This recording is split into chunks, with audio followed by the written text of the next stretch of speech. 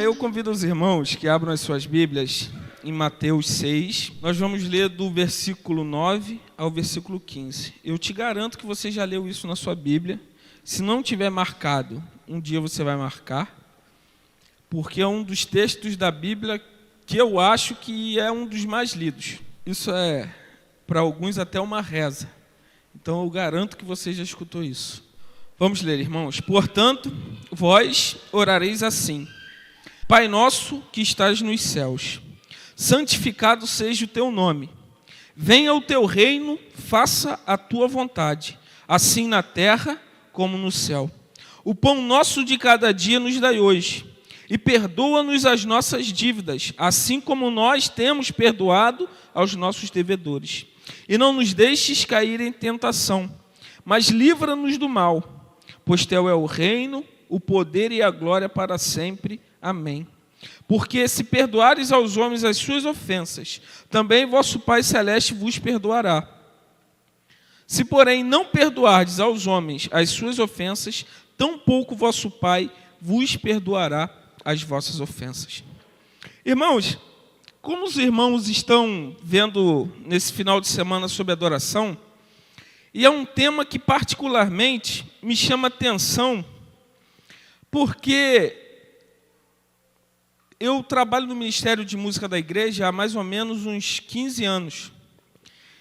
Então eu já escutei muita coisa, já vi muita coisa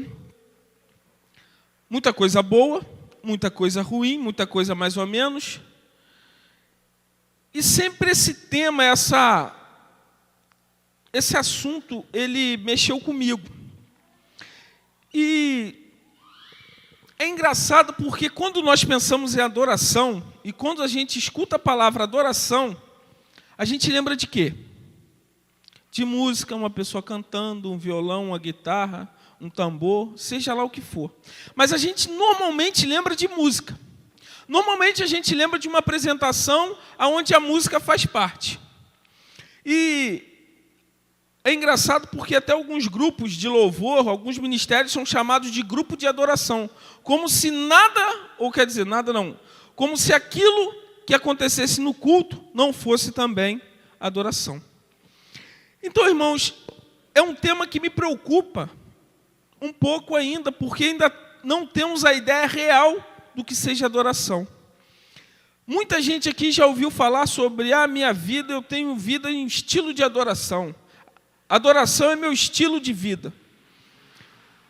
E por muitas vezes eu tenho visto que esse estilo não é bem a adoração que Deus deseja. Eu já há 2 anos venho estudando sobre a questão da oração, não nesse sentido, mas venho pesquisando porque é sobre isso que o meu trabalho de final de curso fala. E certo dia eu me deparei com esse texto, porque ele fala de uma oração. Esse texto nos mostra como Jesus desejava que seus discípulos orassem, porque os próprios assim o desejaram. Versículos antes, os discípulos pedem: Senhor, nos ensina a orar. Nos ajude a saber como fazer isso, porque o judeu, ele é muito ritualístico em tudo que ele faz. Se ele vai comer, ele fala tudo que ele tem que falar, só que aquilo já está decorado. É como gritar gol para a gente. Ele vai comer, ele fala o rito dele todinho, eu não sei, eu nem imagino que seja. Mas ele fala tudinho antes de comer e come. Se ele vai para o templo orar, ele fala aquilo tudinho. E provavelmente os discípulos agiam dessa mesma forma. E eles se sentem movidos para saber: Senhor, como é que a gente faz para orar verdadeiramente? Irmãos, o que eu tenho aprendido é que a oração é de um dos momentos de adoração na nossa vida que mais transforma as nossas vidas. Diz o ditado popular que quem canta, todo mundo sabe. Falou de música, todo mundo conhece alguma coisa. Agora eu quero te dizer que quem ora Quem se coloca diante de Deus em oração, se aproxima do coração de Deus. Se você perceber, durante toda a trajetória de Jesus aqui na terra, quando ele precisava falar com Deus intimamente, o que ele fazia? Saía, se colocava num lugar sozinho e orava. A oração, eu costumo dizer que é a nossa internet mais rápida que a gente tem. Você se colocou de joelhos, sentado, deitado, sentado para orar, é como se você se conectasse imediatamente com Deus. E a sua internet é tão rápida, que o mundo nunca vai conseguir copiar essa velocidade. E esse é um estilo de adoração que eu vejo ser pouco falado, pouco explicado e pouco praticado. Quando falamos em adoração, a gente lembra de um ícone. Quem é esse ícone? Ah, não é possível, gente. Pode falar. Hã? Jesus, não. Não. De adoração? Ah, isso aí. Não, adoração. Exatamente, quando a gente vai assistir alguma palestra sobre adoração, esse camarada sempre está no meio. É o homem que escreveu o salmo, que tocava a harpa, que expulsava demônio tocando, ele era terrível. Falou em música, Tática Davi. Saul estava lá com um negócio na cabeça meio atrapalhando ele, chamaram quem? Davi para fazer o quê? Tocar a harpa, porque aquela maluquice ia sair de Saul. Mas como o pastor Sérgio bem disse, eu tenho para mim que o maior ícone de adoração na Bíblia se chama Jesus. Mas aí você vai falar, é fácil, porque ele é Deus, ele estava aqui na terra, ele era Deus. Mas ele era homem também. Jesus também era homem aqui na terra. No entanto, ele sentiu fome, sede, raiva. Eu acho engraçado aquele texto que diz que ele entrou dentro do templo chutando tudo, quebrando tudo. Sai daqui que isso aqui não é comércio. Jesus se entristeceu. Jesus era homem como nós. E homem, que eu digo, é no sentido ser humano. E o que me baseia para imitar ou fazer o que Cristo fazia? Isso aqui eu tenho um padrão que para mim é infalível. Eu imito tudo que Cristo me mandou fazer. Ele fez, eu imito o que ele fez. Ele orou dessa forma, eu vou imitar da mesma forma que ele orou. Agora, com a seguinte diferença, eu não vou orar repetindo só por repetir.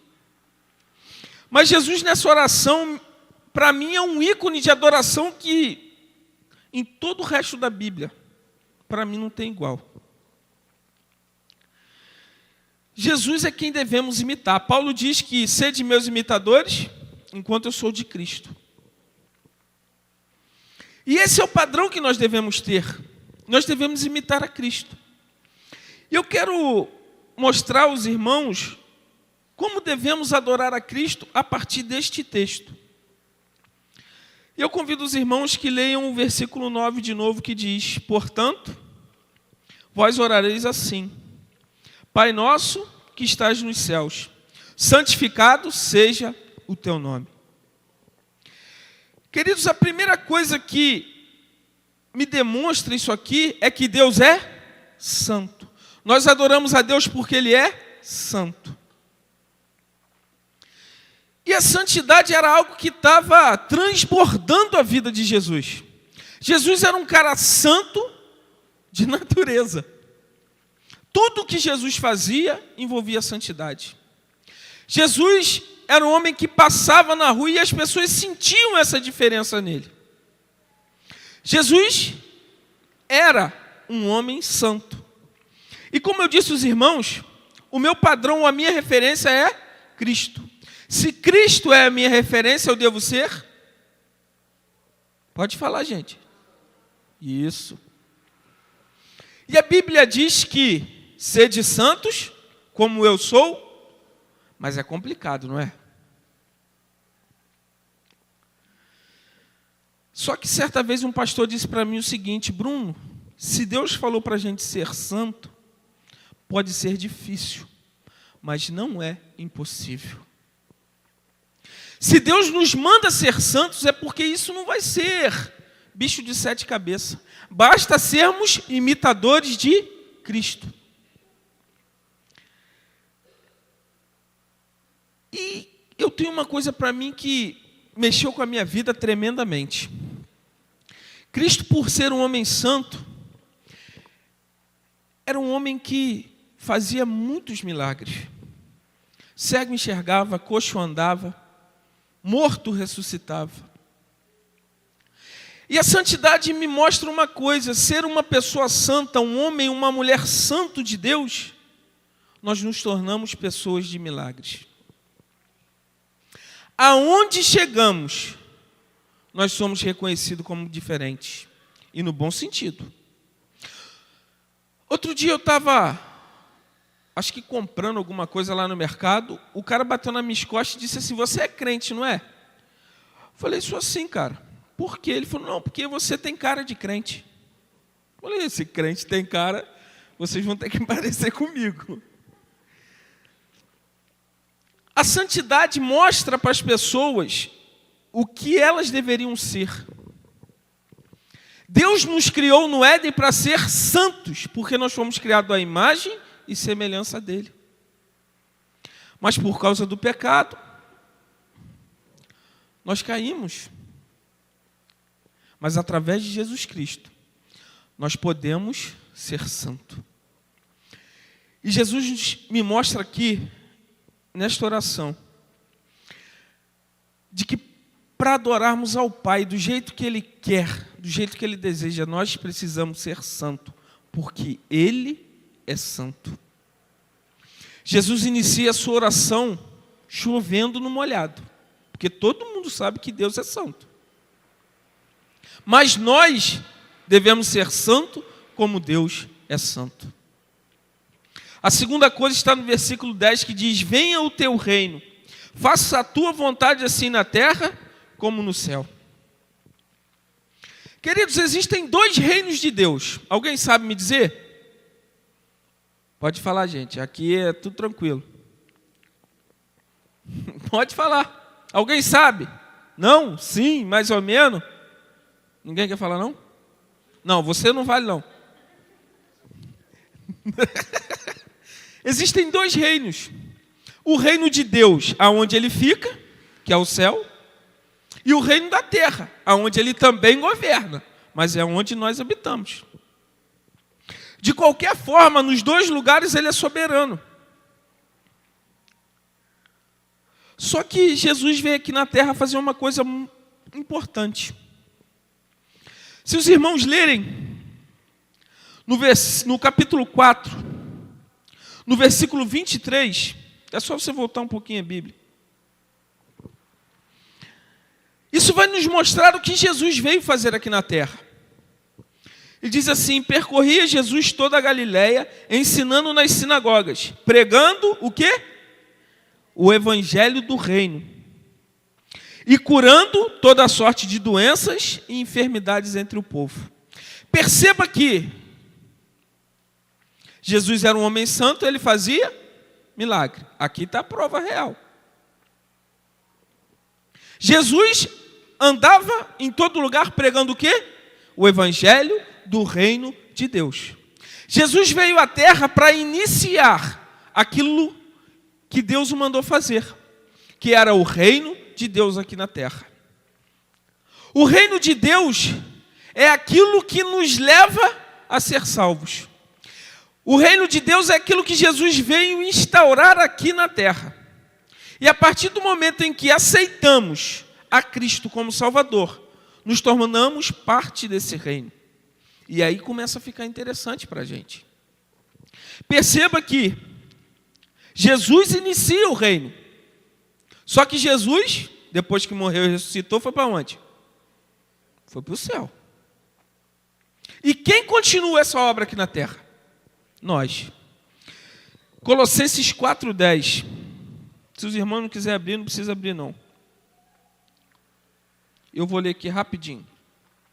Colossenses 4,10 diz assim: saúda-vos Aristarco, prisioneiro comigo, e Marcos, primos de Barnabé, sobre quem recebestes instruções, se ele for ter convosco, acolhei. Vamos continuar. E Jesus, conhecido por justo, os quais são os únicos da circuncisão que cooperam pessoalmente comigo pelo reino de Deus. Ele tem sido o meu lenitivo, eles têm sido os meus ajudadores. Perceba que Jesus inicia e Paulo dá o nome de um monte de gente que continua. É porque Paulo esqueceu de botar o nome da gente, ou ele não sabia que ia ter. Mas nós continuamos esse reino. Nós é que damos continuidade à instauração desse reino aqui na terra. Nós é que continuamos a levar o evangelho do reino, a palavra de Deus aqui na terra. E da mesma forma que Jesus começa, nós continuamos, e Jesus Cristo vai terminar. É Ele quem vai consumar toda a obra. 1 Coríntios 15, 50 e 58, não precisa botar não, eu não vou ler não. Jesus nos ensina que adorar é ser santo. Jesus nos ensina que adorar é ser aquele que leva a palavra de Deus. A terceira coisa, e essa para mim marca a minha vida profundamente, é o versículo 11 que diz: o pão nosso de cada dia nos dai. Irmãos, para entender de pão como eu e meu pai é difícil, hein?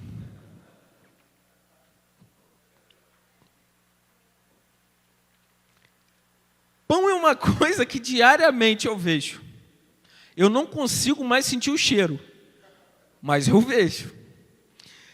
Certo dia eu estava na padaria, chegou um senhor e falou: rapaz, o cheiro desse pão doce está indo lá na cerâmica. Eu falei: é, moço, o senhor está cheirando bem, porque eu não estou sentindo cheiro de nada. E Jesus nos diz que o pão nosso de cada dia nos dai. E aqui o negócio fica legal, porque essa expressão nos dai hoje é uma palavrinha só no original lá. E essa palavrinha, em toda a Bíblia, só é encontrada aqui. Você vai dizer: não, Bruno, mas em Lucas tem também. Ah, não, em Lucas é repetição, é a mesma coisa. Só existe uma vez essa palavra dita em toda a Bíblia. E quem disse? Essa palavra não está aqui por brincadeira. Ela não está aqui porque Jesus escolheu falar essa palavra, não. O pão nosso de cada dia nos dai hoje é porque Deus é o único que pode nos prover alimento. E aí, meu camarada, o negócio ainda fica melhor ainda, porque isso se divide em 3 coisas ainda. Se você está achando que é só o pãozinho da padaria, não é não. O primeiro entendimento desse pão que Jesus poderia dizer era o pão da visão sacramental, é o pão da ceia, é o pão em que Ele mesmo se tornaria. O pão que significa, ou a carne que se demonstra como pão, eu esqueci a palavra. A hora da ceia. O memorial. Eu esqueci, desculpe, meus irmãos, eu esqueci. Eu lembrei de tanto nome. É o pão memorial, é o pão sacramental, é o pão da ceia. Jesus diz: o pão nosso de cada dia nos dai hoje. Ele está aqui na frente de todo mundo dizendo: eu sou o pão da vida. Deus nos providenciou o pão. E Ele estava ensinando a orar e demonstrando o que Ele era. Jesus é o pão da vida. A segunda coisa é o pão que significa a vinda do reino. Esse reino que ele fala: venha, Senhor, o teu reino. Nesse texto ele também diz: o pão nosso de cada dia nos dai hoje, a salvação nos dai hoje. O evangelho do reino, o evangelho, as boas novas. aquilo que é pregado e é nos demonstrado por Jesus Cristo. E a terceira coisa, é o pãozinho que você come todo dia. É o alimento que você toma. É aquele arrozinho e feijão delicioso. É aquele farol de jipe maravilhoso que a gente come. Você sabe o que é farol de jipe? Ah, não é possível, vocês não sabem. Vocês não sabem o que é farol de jipe? Ah, não posso acreditar. Gente, o ovinho frito. Vê se não é igual um farol de jipe. Eu gosto muito. Eu tenho um cunhado que detesta ovo, mas eu gosto muito de um ovinho frito. Mas eu prefiro mais ovo cozido que ovo frito. Mas esse é o pão que Jesus também fala nessa hora. É o pão que nos sustenta. É o pão que nos alimenta. É o pão que deixa a gente gordinho querendo emagrecer. Mas não é o pão da padaria não, tá, gente? Esse pão não engorda não.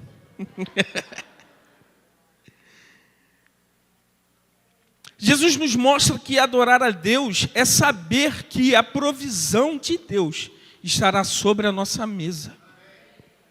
É saber que Deus se preocupa com a gente nos mínimos detalhes.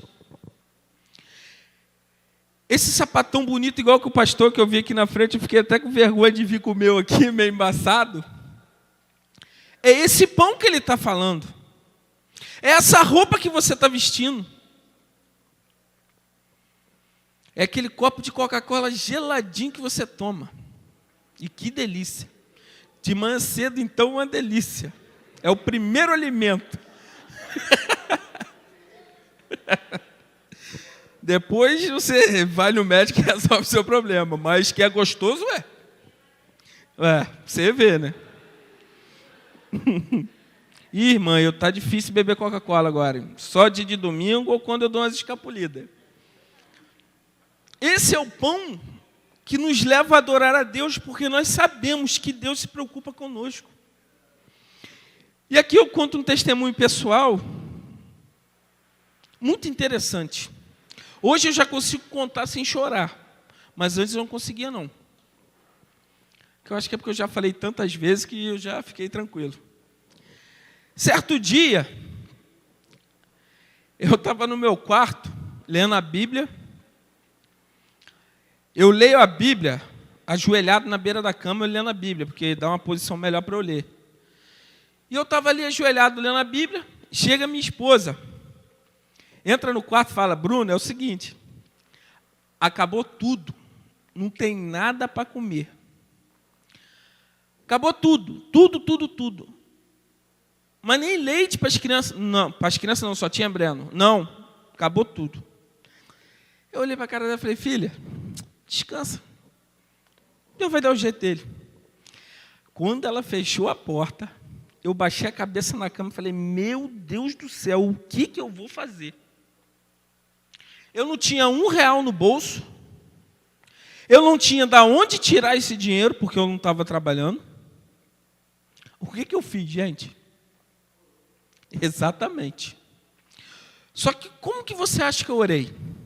Eu não chorei, olha que eu sou chorão.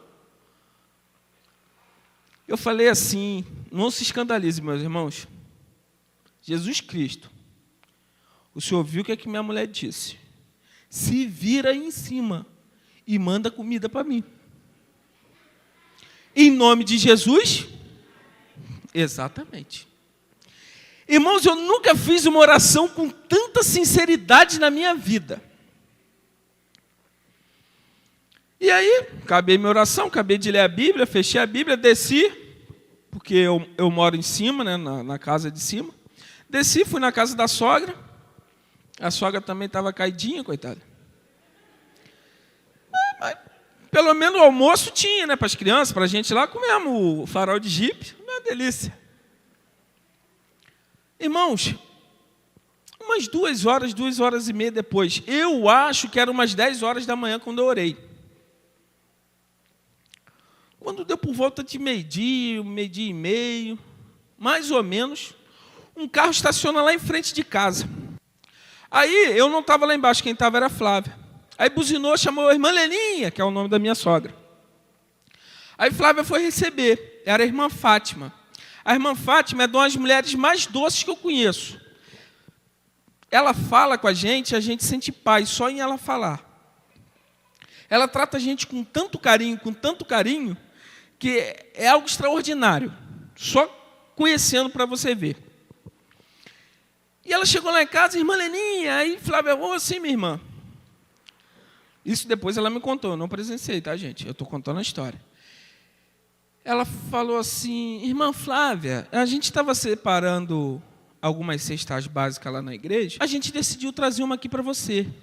Está aqui a sua cesta básica, tá, minha irmã? Tenha um bom dia e até depois. E foi embora. Flávia pegou a cesta básica e veio trazendo para dentro de casa. Aí me gritou, Bruno, vem cá ver o que tem aqui. Eu desci, o que tinha lá. Deus se preocupou em prover o pão. Nós não precisamos nos preocupar. Lógico, meu camarada, minha camarada, que você não vai ficar em casa de braço cruzado. Não, Deus vai me mandar uma cesta básica. Vai caçar um serviço. Mas se você está passando dificuldade, saiba que o Deus Todo-Poderoso, o soberano, o que governa o reino dos céus e da terra, está pronto a te atender. Basta você adorar a Deus sabendo que Ele é o Deus da sua provisão. É o Deus que nos alimenta, corpo, alma e espírito. E Jesus demonstra isso aqui. Jesus sabia que Deus era quem alimentava o seu povo. Jesus tinha passado no deserto 40 dias e 40 noites de jejum. Se eu fizer isso, eu vou ficar magrinho. E depois disso, Satanás chega para ele e oferece o que para ele? Um banquete. E ainda tira na zomba com a cara dele, mas isso é para outra pregação. Deixa isso para depois. Isso é para domingo de noite. A quarta e última coisa, irmãos, que Jesus nos demonstra na oração dominical. Está nos versículos de 12 a 15, que diz assim, e perdoa-nos as nossas dívidas, assim como nós temos perdoado aos nossos devedores. E não nos deixes cair em tentação, mas livra-nos do mal, pois teu é o reino, o poder e a glória para sempre. Amém. Porque se perdoardes aos homens as suas ofensas, também vosso Pai Celeste vos perdoará. Se, porém, não perdoardes aos homens as suas ofensas, tampouco vosso Pai vos perdoará as vossas ofensas. Meu camarada, aqui o negócio pega. Eu não acho que Jesus começou a orar do jeito que ele começou à toa. Eu não consigo enxergar isso em Cristo. Porque Cristo, para mim, foi um dos maiores pedagogos que já existiram. Ele sabia o que estava fazendo. E aí eu te faço uma pergunta. Para você ser santo, sem perdoar, você vai conseguir? Fazer parte do reino de Deus, sem ser perdoado, você vai conseguir? Se você não é santo e não faz parte do reino de Deus por causa do perdão, você vai confiar plenamente em Deus? Perceba que o perdão é a chave que abre essa porta. Perceba que o perdão é que nos faz santos, filhos do reino e dependentes da providência de Deus. Jesus foi caminhando de forma sábia até chegar onde ele queria. Jesus mostra o seguinte, que perdão é princípio, ou seja, é pilastra irrevogável de uma vida de adoração. Ser uma pessoa que perdoa e que recebe perdão é algo que, se você não tem na sua vida, me desculpe, mas você é um adorador fajuta. Jesus mostra que, para ser adorador, assim como ele é, devemos ser pessoas capazes de perdoar. E aí, Jesus pega pesado com a gente. Porque Jesus foi capaz de perdoar-nos e morrer na cruz por nós. O nível de perdão de Jesus ultrapassa qualquer nível que a gente possa compreender. Perdoar no sentido em que Jesus perdoa, em que Deus perdoa, é esquecer todo o pecado, toda a dívida que temos. A Bíblia diz que quando Jesus foi crucificado, toda a cédula de pecado que estava contra nós foi pregada lá na cruz. Perdoar a seu irmão, a seu pai, a seu tio, a seu vizinho, é jogar o que ele te fez no mar do esquecimento. Porque é isso que Cristo faz com a gente. Perdoar é fazer o que Cristo fez. Perdoar é ser santo, é ser pessoa de milagre, é ser pessoa do reino de Deus, é ser um agente do reino de Deus, é ser uma pessoa que está disposta a depender totalmente de Deus. E saber que uma oração que pode parecer maluquice, foi o que ele ouviu e foi o que ele supriu. E esse texto é muito duro na minha visão, porque ele diz que se nós não perdoarmos, da mesma forma, ele não vai nos perdoar. E aí eu lembro daquela parábola do servo, você lembra? Que ele pede perdão de uma dívida enorme ao seu patrão. E quando alguém vem pedir perdão por uma dívida que devia a ele, infinitamente menor, o que ele faz com o cara? Vende tudo, esculacha, acaba com tudo.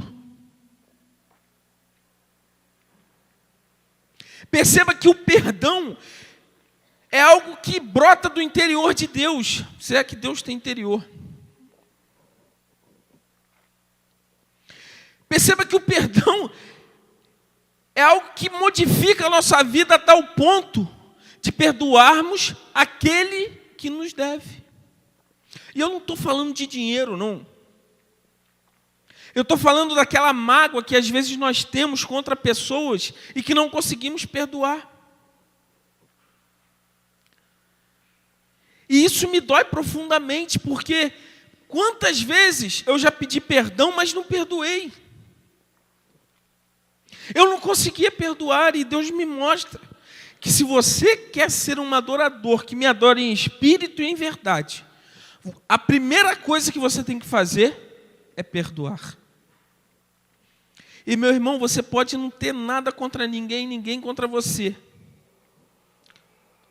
Amém por isso. Mas saiba que o perdão deve fazer parte da sua vida. É aquela história, pisou no meu calo, não guarda almoço para janta. Essa história tem que acabar na nossa vida. E vocês estão vendo um cara falar que é nervoso ao extremo. Eu falo lá para a Valdeir, que trabalha comigo, depois que o radiador ferveu, ferrou. Mas perceba que isso não pode fazer parte das nossas vidas.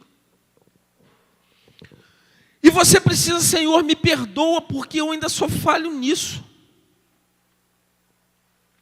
E se eu preciso pedir perdão a alguém ou alguma coisa que eu fiz a alguém, por favor, Senhor, me mostre. Porque perdoar é algo que está ligado diretamente à pessoa de Jesus Cristo. E como nós começamos o nosso papo, nós devemos imitar esquece Davi. Não, lê a Bíblia, Davi, que Davi também é gente boa. Mas se for buscar um padrão para a sua vida, busque em Jesus Cristo. Davi era um cara 100%. Sim. Era um cara segundo o coração do homem lá em cima. Ele não era qualquer um. Só que o meu padrão de adoração se chama Jesus Cristo de Nazaré. E eu tenho certeza que a partir desta noite, o seu padrão de adoração também vai se chamar Jesus Cristo de Nazaré. E eu quero dizer o seguinte para os irmãos. E eu quero, Flávia, já vem fazendo um favor.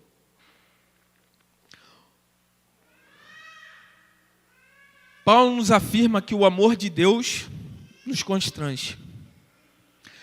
Se o amor de Deus nos constrange, da mesma forma, a santidade de Deus vai nos constranger.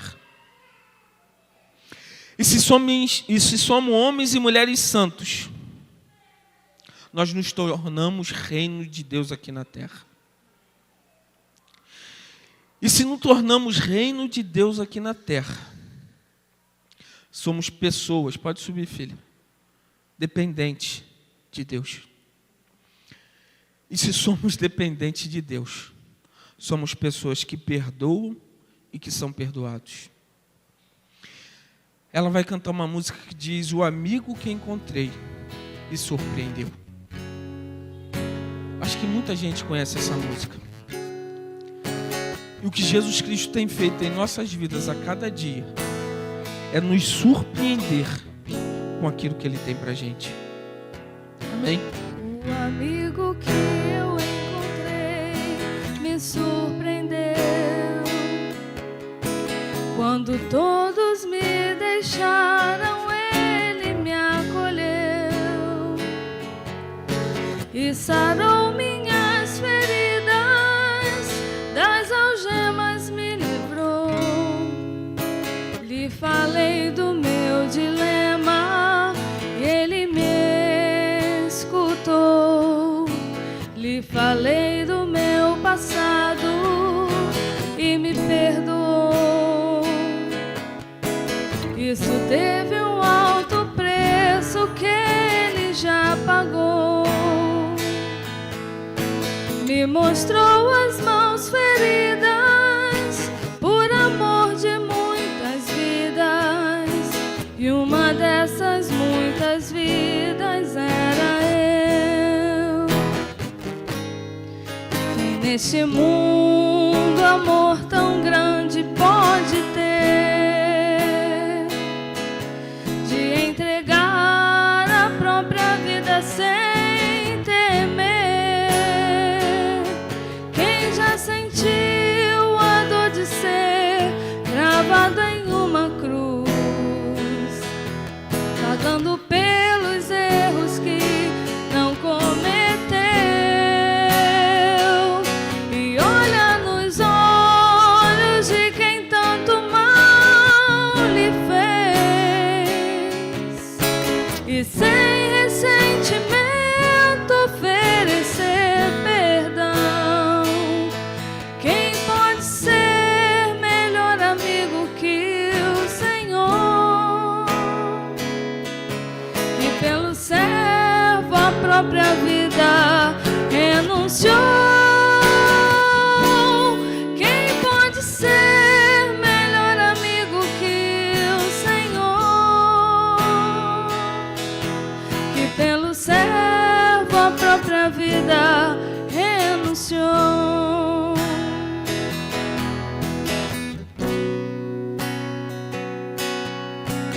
O amigo que eu encontrei me surpreendeu.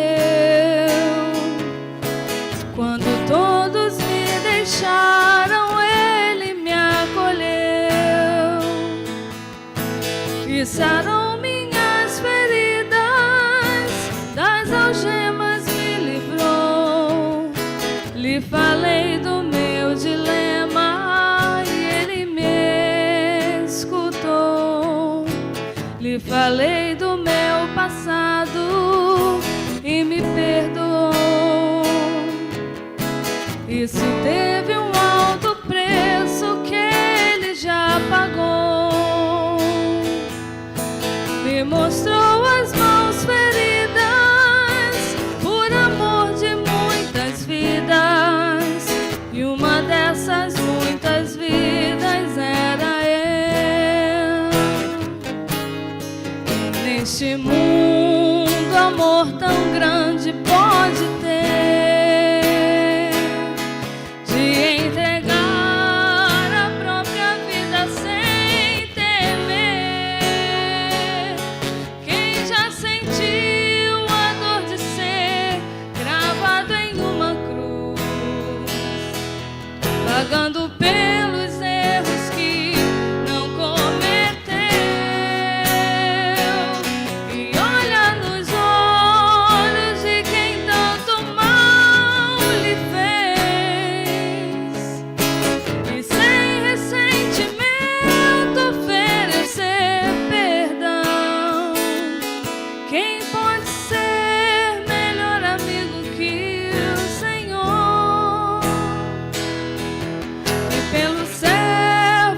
própria vida renunciou.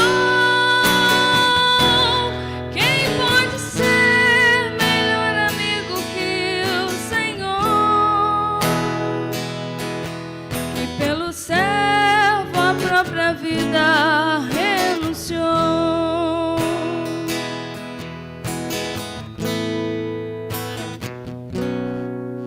Neste mundo, amor tão grande pode ter, de entregar a própria vida sem temer.